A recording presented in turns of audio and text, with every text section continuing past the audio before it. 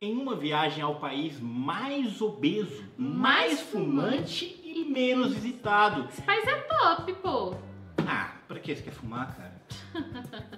Eu não quero fumar. Mas você poder ficar gordão. Sem ser julgado. Ou lá a gente vai ser magro.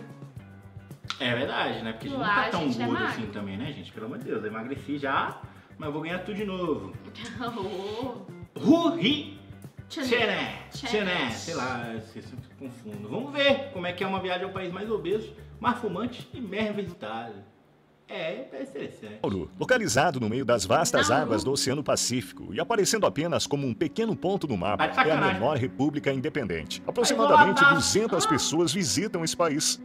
Comecei essa jornada chegando ao aeroporto de Istambul 3 horas mais cedo. Primeiro peguei um voo de 13 horas e meia para São Francisco. Depois de uma escala de 7 horas, peguei outro longo voo de 13 horas para Nadi, nas Ilhas Fiji, e esperei novamente em uma escala de 7 horas. Com quase 75% de seus assentos desocupados, o voo para Nauru de Nadi levou 4 horas e meia para chegar. Nossa, E a minha jornada tudo interminável ainda. de 48 horas finalmente chegou ao fim. Esse é o país menos visitado do mundo. Mesmo os países mais próximos estão a milhares Cara, de eu nunca ouvi quilômetros falar daqui. de Nauru. Assim que desembarco na ilha, preciso aguardar o próximo voo de partida, agendado para quase uma semana depois. Viajar por mar também não é uma opção. Nauru é cercada por enormes recifes de coral, impedindo Então, tipo assim, você vai e você só pode sair de lá depois de uma semana. Você é obrigado a ficar no mínimo uma semana. Não deve ter nem hotel direito esse país. que grandes navios se aproximem da costa. Os moradores desta ilha isolada tinham tanta riqueza que nem sabiam o que fazer com ela. Rica em depósitos de fosfato. Em 1975, Nauru se tornou o país com o maior PIB per capita do mundo, levando em conta a taxa de inflação atual. Onde não é possível cultivar frutas e legumes, os alimentos processados e gordurosos se tornaram o padrão. No topo das estatísticas globais, Nauru é reconhecida pela Federação Mundial de Obesidade como o país mais obeso do mundo, com cerca de 60% de seus cidadãos acima do peso. A Organização Mundial da Saúde também informa que Nauru tem a maior taxa de consumo de cigarros do mundo. O esforço do governo para manter a mídia Então, peraí, estrangeira só pra eu longe entender. Fruta não chega, Fruta mas não cigarro chega. chega. Mas o tabaco tá rodando solto. Meu filho. do país é bastante óbvio. Embora a taxa de inscrição padrão seja de $50 australianos, jornalistas e profissionais de mídia são submetidos a uma taxa de $8.000 australianos como medida dissuasória. Realmente é uma taxa abusiva que assusta os jornalistas. No momento em que entrei no país, as autoridades policiais imediatamente classificaram meu drone. Você deve ter notado algo estranho na perspectiva aérea da ilha. Eles desencorajam a captura de imagens aéreas de Nauru. Filmar aqui não será fácil, por causa de uma verdade suja que Nauru tem tentado esconder, que você conhecerá nas cenas a seguir. Estou na região de Yaren agora. Como a área da pista e a rodovia estão bem próximas uma da outra, é bem comum que os carros deem lugar aos aviões aqui. Os pedestres são alertados sobre o risco de jatos durante o processo de aterrissagem e decolagem. Isso ocorre porque o país é tão pequeno que o aeroporto em forma de faixa se estende por toda a costa sudoeste da ilha. E esse aqui é o aeroporto. Se eu quiser entrar nele, basta pular uma cerca. E é isso. Fácil, né? A área total da ilha é de apenas 21 quilômetros quadrados. Aviões Leva no só uma vez máximo na 20 semana. minutos para Olha de isso. total da ilha é de apenas 21 quilômetros quadrados. Leva no máximo Pequenininha. 20 minutos para dirigir por todo o país de carro. E cada viagem retorna ao seu ponto de partida, pois é apenas um anel viário. Legal. O que é pouco. A polícia está em patrulha o tempo todo. Como não quero chamar atenção, entrei em contato com a única agência de turismo do país e começarei a explorar a ilha com guia. Segundo a agência, apenas 1 ou 2 turistas chegam à ilha por mês. Portanto, os números reais são muito menores dos que os declarados na internet. O que vocês Perigoso, fazem hein? para passar o tempo livre É aqui na nada. ilha? Vôlei? Então, o que vocês fazem no tempo livre na ilha? Qualquer coisa que a gente queira fazer. Tipo o quê? Pescar, dormir, comer. O que eles Aí mais tá no comem? shape. Comida chinesa. 1, 2, 3. Parece divertido. Laura, mas eles têm Saia daqui, garoto. 20 e tantos anos. Mas eu tem tenho um nada pouquinho pra mais. Embora eu não quero seja brincar frequentemente disso. visitada por turistas, Nauru tem sido a parada favorita para as aves migratórias há séculos. Embora se acreditasse que a ilha tivesse recursos limitados, seu solo continha um tesouro chamado guano, feito de excrementos de pássaros e micro-organismos marinhos. Eu ia falar que parecia merda. O cocô do pássaro. Eu ia falar, parece merda isso aí, cara. Ué. E é. Do guano, feito de excrementos de pássaros e micro-organismos marinhos. Em 1899, o geólogo alemão Albert Ellis descobriu que este planalto tinha reservas de fosfato de alta qualidade, tão valioso quanto o ouro. O fosfato é uma matéria-prima que aumenta a produtividade na agricultura e durante a Primeira Guerra Mundial, a Austrália rapidamente anexou e transformou Nauru em um campo de mineração no exterior, exceto pela breve ocupação do Japão em 1942. O fosfato extraído foi vendido ao mundo por anos a preços extremamente baixos. Alguns idosos afirmam que, nesta cela, os japoneses costumavam reunir pessoas em pilhas, fechavam-nas, derramavam gasolina pelo teto e então as incendiavam. Aqueles que não queriam trabalhar para eles. Esta ferrovia, que o tempo está prestes a apagar, foi construída em 1907 para transportar minério de fosfato do interior para o porto na costa oeste. Quando Nauru conquistou a independência em 1968, cerca de 35 milhões de toneladas cúbicas de fosfato haviam sido extraídas de suas praias. É difícil de acreditar, mas no século passado, as frutas e vegetais que chegaram às mesas de muitas pessoas em todo o mundo foram cultivados com o fosfato extraído do solo desta pequena ilha. Depois de ganhar a independência, Nauru obteve uma riqueza significativa, e muitos nauruanos, cujas terras seriam usadas para a mineração de fosfato, pararam de trabalhar aguardando o dia de se tornarem milionários. Milhares de trabalhadores da China e de outras ilhas do Pacífico foram recrutados para realizar trabalhos árduos nas condições adversas e quentes das minas de fosfato. Nauru tinha uma renda per capita de cerca de $176 mil até o ano de 1975, enquanto na principal economia do mundo, os Estados Unidos, eram cerca de $44 mil. Corrigindo seus valores para... Capto. Você tá louco, velho? $44 mil era... Nos Estados Unidos, eles eram 4 vezes mais, velho. Né? Jesus. Atualidade. Nauru conseguiu estabelecer um estado de bem-estar social, onde não havia impostos. Educação, transporte, serviços de saúde e até mesmo moradia foram fornecidos gratuitamente. Eu via minha avó sair do banco com uma fronha. Eles colocavam todo o dinheiro lá dentro e simplesmente saíam com o dinheiro. Eles gastaram tudo. Ouvi dizer que uma vez um policial comprou um Lamborghini, não conseguiu entrar nele, ou ficou muito apertado e jogou fora. É verdade isso? Sim, isso é verdade. Ondas grandes? Alguns carros são comprados apenas para decoração. Quando os nauruanos de repente ficaram ricos, um frenesi de consumo começou. E esta pequena ilha foi preenchida com os mais recentes modelos de carros. Ao longo da estrada, nos deparamos com uma coleção de carros de luxo do passado abandonados. Cadillacs, Jeeps, Land Rovers. Estes são apenas alguns dos veículos que os residentes da ilha usaram para corridas e diversão nesta estrada. É quase como um cemitério de carros aqui. A camada de ferrugem neles indica quão distantes estão seus dias de glória. Desde que cheguei, os nativos têm avisado para tomar... Ah, você vê ali, é estrada de terra. Não, mas isso aqui era no passado. Eles estavam querendo brincar de comprar carro. Mas por que eles fizeram dinheiro? Aqui. Tá bem na sua frente. De glória. Desde que cheguei, os nativos têm me avisado para tomar cuidado com os pitbulls abandonados que vagam pelas ruas. Anteriormente, uma raça bastante apreciada, alguns residentes da ilha adotaram esses cães com entusiasmo, apenas para depois abandoná-los nas ruas. Junto com os cães, mais animais que não estavam originalmente presentes em Nauru também foram trazidos ao longo do tempo. Gatos, galinhas e porcos são animais que a população local começou a criar relativamente há pouco tempo. Quando os mineiros arrancaram as árvores e escavaram o solo fértil, todos os organismos vivos foram prejudicados. O solo não é adequado para agricultura nem construção. E agora eles enfrentam consequências terríveis desse problema. O terreno de Nauru é cheio de covas, algumas com até 15 metros de profundidade, e picos de calcário, que se estendem do centro da ilha até as áreas costeiras. Nenhum produto agrícola pode prosperar nessa terra estéril com seu alto nível de acidez. Os nauruanos dependem de alimentos enlatados altamente processados do exterior, principalmente importados da Austrália, para se sustentar. A expectativa média de vida do povo de Nauru é de 64 anos. Uma dieta de baixa qualidade fez Nauru manter o título de nação mais obesa do mundo por anos. Há 150 anos, essa ilha, quando ainda não havia sido descoberta pelo Ocidente, era autossuficiente. Mas agora eles terceirizaram tudo. 97% dos homens e 94% das mulheres estão acima do peso ou são obesos. O problema da obesidade em Nauru é como uma epidemia. Do peso, calma aí também, pô. Não, mas é muito. 94%, Kel. Ah, mas você vai ver, os Estados Unidos deve ter uma taxa também de acima do peso gigantesca.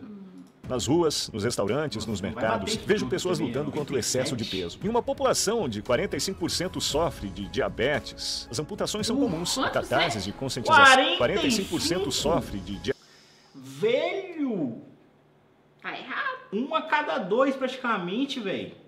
Nossa, é muita coisa, pô. Diabetes. As amputações são comuns. Há cartazes de conscientização em todo o país. As prateleiras das lojas estão vazias, como você pode ver. Os produtos são importados a cada 6 semanas. É um luxo ter frutas e vegetais frescos na ilha. Uma couve-flor custa 18 dólares australianos. Uma melancia custa 61 dólares australianos. Muitos aqui gostam de consumir produtos de carne que os...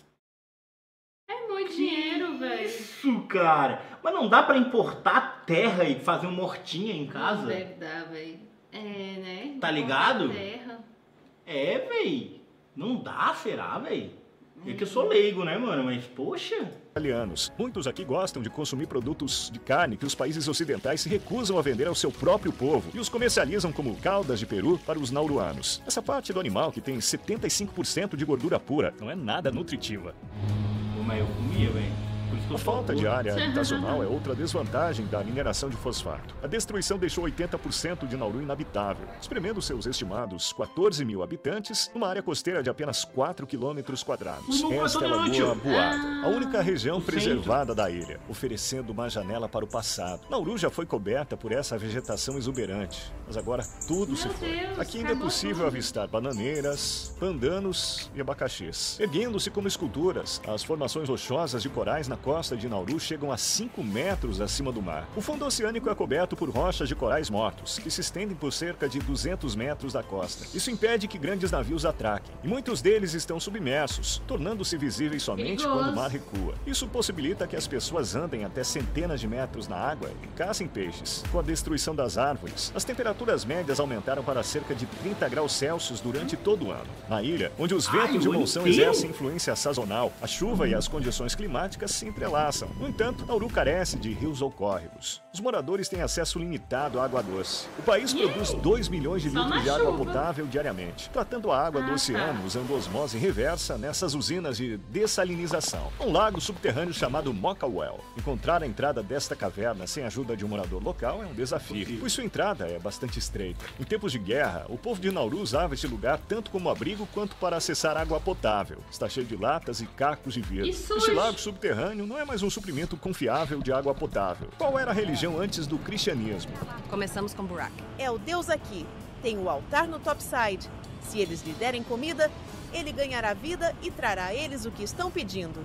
Tem alguém que ainda acredita em Burak? Alguns. Eles acreditavam que se você viesse e desse um mergulho nessa água, ela iria curar sua pele ou talvez algumas outras doenças, e eles testemunharam isso. Não há capital oficial no país. No entanto, o distrito de Aren... Mas não tem nem cidade, pô. Tem como nem ter cidade aqui, é tudo costeiro. É tudo costeiro aqui. Não faz sentido mesmo ter capital, cara. Instituições como a Casa do Parlamento, as embaixadas, a única delegacia de polícia do país, o Departamento de Bombeiros e o aeroporto. Existem apenas 11 escolas aqui, incluindo 3 escolas de ensino médio e uma universidade do estado. Quase todos na ilha são fluentes em inglês. Os habitantes locais falam nauruano como primeira língua. Por exemplo, o próprio nome Nauru tem origem no termo nauruano anauero, que significa eu vou à praia. Como se diz olá. Reite. E como você está? Como irmão. Eu vim até o prédio do parlamento, onde Nauru é governado. Ao contrário do cenário formal esperado, ele reflete a atmosfera descontraída da ilha. Não havia segurança na entrada. Eu tive permissão para tirar fotos e gravar vídeos com meu celular. Com apenas 19 cadeiras, o parlamento de Nauru é um dos menores do mundo. Se eles soubessem sobre as cenas que mostrarei mais tarde, provavelmente pensariam 2 vezes antes de me deixar entrar. Na década de 1970, o governo de Nauru percebeu que suas reservas de fosfato estavam acabando e imitaram as nações ricas em petróleo do Oriente Médio, investindo em propriedades no exterior, incluindo o Nauru House em Melbourne, o Nauru Tower no Havaí, o Pacific Star Hotel em Guam, o Pacific House em Washington, o Grand Pacific Hotel em Fiji e muito mais. No entanto, a corrupção e a má gestão colocaram o governo em um déficit de milhões de dólares por ano. E você tá reclamando de ser brasileiro. Reclame. Você tá reclamando. Só de nascer brasileiro, você já ganhou na loteria da vida, que você tinha 20% de chance de ser indiano. Já pensou? Já podia ter sido indiano, 20% de chance. Esses dias os caras estavam me falando isso, eu fiquei, velho, é 1/5 da população indiana, imagina. Somar a China, então, você não é nem indiano nem chinês. Aí eu já não sei se é tão melhor assim ser brasileiro do que ser indiano e chinês. Eu prefiro. Mas eu tô de boa.